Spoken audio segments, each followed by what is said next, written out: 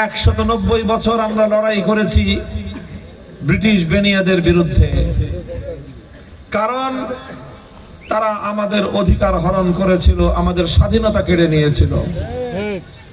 আমরা ব্রিটিশ আমলে লড়াই করেছি কলকাতার দাদাবাবু জমিদারদের বিরুদ্ধে, হাজী শরীয়তুল্লাহ, মীর নেসার আলী তিতুমির, ফকির মজনু শাহ সহ আমাদের এই বঙ্গ অঞ্চলে যে সকল সিংহ শার্দুলেরা এদেশের মুসলমানদের ঈমান ইসলাম রক্ষা করার জন্য ধর্ম বর্ণ নির্বিশেষে প্রতিটি মানুষের ইনসাফ এবং যার যার প্রাপ্য অধিকার আদায়ের লক্ষ্যে তারা যে সংগ্রাম করেছিলেন, সেই সংগ্রাম যেমনি ভাবে ছিল ইংরেজ বেনিয়াদের বিরুদ্ধে, তেমনি ভাবে এটা ছিল অত্যাচারী জমিদার হিন্দু দাদাবাবুদের বিরুদ্ধে।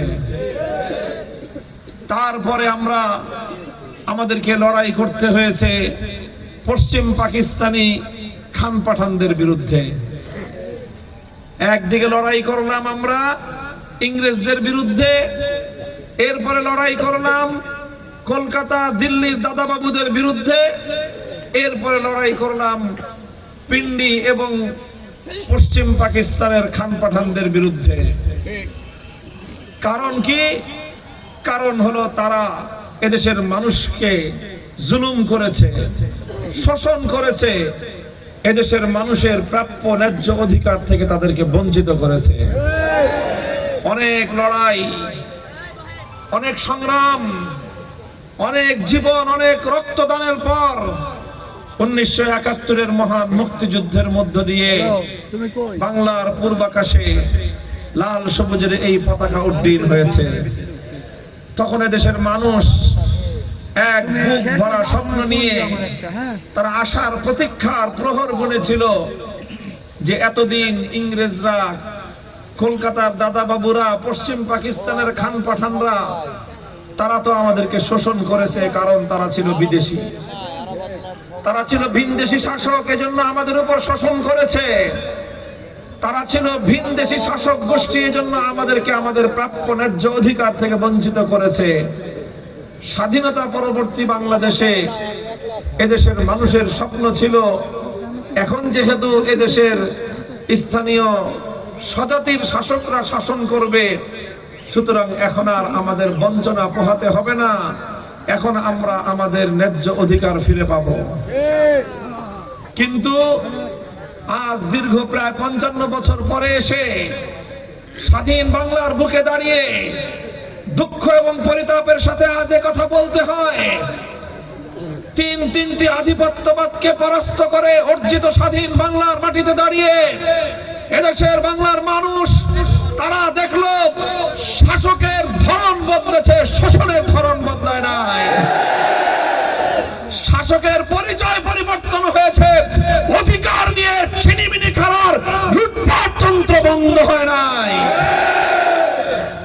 এভাবেই আমার দেশের মানুষ অনেক বঞ্চনার পর, অনেক অধিকার হারানোর পর তাদের পিঠ যখন দেয়ালে ঠেকে গেল, বাংলাদেশের প্রতিটি অঞ্চল, প্রতিটি জনপদ মৃত্যুপুরীতে পরিণত হলো। মায়ের কোল থেকে তার তরতাজা সন্তান গুম হয়ে যায়, আর কোনোদিন ফিরে আসে না। বাবার কলিজার টুকরা সন্তান খুঁজতে খুঁজতে হন্যে হয়ে বাবা এক সময় ক্লান্ত হয়ে পথের পরে বসে পড়ে, সন্তানের সাক্ষাৎ আর পায় না কোনোদিন। এভাবে শত শত তরতাজা যুবক সন্তান বাংলার মাটি থেকে গুম হয়ে গেল, খুন হয়ে রাস্তার পাশে অনেক মায়ের সন্তান মুখ থুবড়ে পড়ে থাকে। বাংলাদেশে যখন এই সকল দৃশ্যগুলো চিত্রায়িত হতে থাকলো, এদেশের যুবকদের পিঠ দেয়ালে ঠেকে গেল।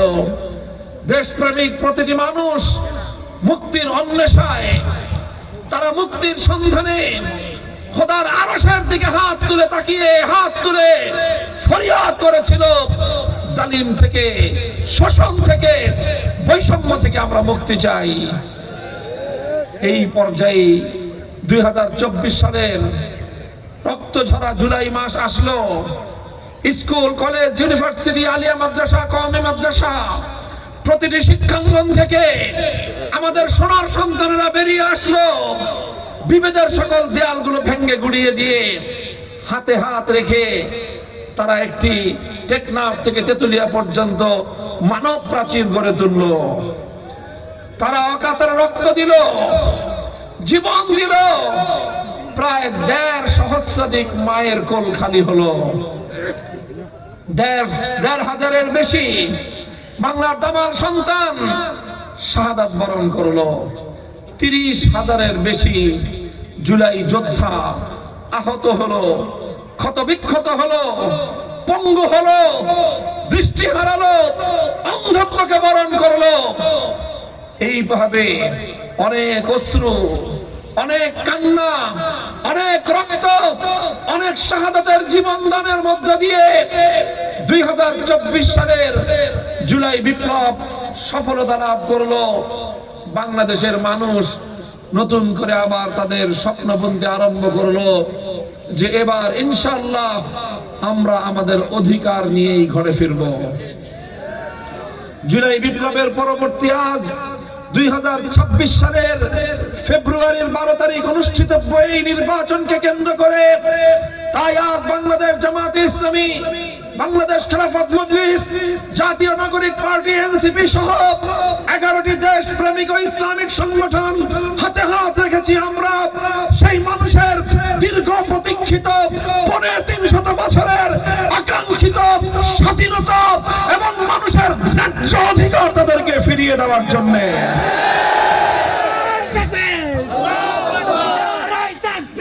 আল্লাহু আকবার। সংগ্রামী সাথী ও বন্ধুগণ, তাই আজ বাংলাদেশে টেকনাফ থেকে তেতুলিয়া মুক্তিকামী মানুষ, শান্তিকামী মানুষ, যারা অধিকার হারা সেই মানুষ, তাদের মধ্যে আজ এক অভূতপূর্ব গণজোয়ার, গণজাগরণ। মানুষ এখন পরিবর্তন চায়। মানুষ আর পুরনো দিনের সেই রাজনৈতিক বন্দোবস্তে ফিরে যেতে চায় না। পুরনো দিনের রাজনৈতিক বন্দোবস্ত মানে কি? স্বাধীন বাংলার মাটিতে বিগত 55 বছর যেই রাজনীতি হয়েছে, সেই রাজনীতির প্রধান দুটি বৈশিষ্ট্য। প্রথম বৈশিষ্ট্য হলো এই রাজনীতিটা হয়েছে লুটপাট আর দুর্নীতির রাজনীতি। 2 নম্বর বৈশিষ্ট্য হলো বিগত 55 বছরের রাজনীতিটা হয়েছে গুন্ডামি আর সন্ত্রাসবাদের রাজনীতি। অর্থাৎ গুন্ডামি করে, সন্ত্রাস করে, গণমানুষের তাদের মতামতকে জিম্মি করে ক্ষমতা দখল করার পর তারপরে দেদারসে দেশের মানুষের সম্পদ লুটপাট আর পাচার করে এই দেশটাকে তার কাঙ্ক্ষিত গন্তব্য পর্যন্ত পৌঁছতে দেওয়া হয় নাই। লক্ষ্য করে দেখবেন, আমাদের দেশের মানুষ অনেক পরিশ্রমী, তারা অনেক মেহনতি মানুষ। তারা, আপনি যাবেন কৃষকের ক্ষেতের মাঠে, যে দেখবেন ভোরবেলা থেকে সন্ধ্যা পর্যন্ত অক্লান্ত পরিশ্রম করে মাঠে সোনার ফসল ফলায়। আপনি যাবেন শ্রমের বাজারে, সেখানে গিয়ে দেখবেন আমার শ্রমিক ভাইয়েরা, বোনেরা, তারা ক্লান্তিহীন, তারা পরিশ্রম করে যাচ্ছে এবং তারা বিভিন্ন কল কারখানায় উৎপাদন করছে। শুধু ভাইয়েরা নয়, আমাদের বোনেরা, নিম্নবিত্তের হাজার হাজার লক্ষ লক্ষ গার্মেন্টস শ্রমিক, আমাদের বোনেরা জীবন যুদ্ধে তারা লড়াই করছে।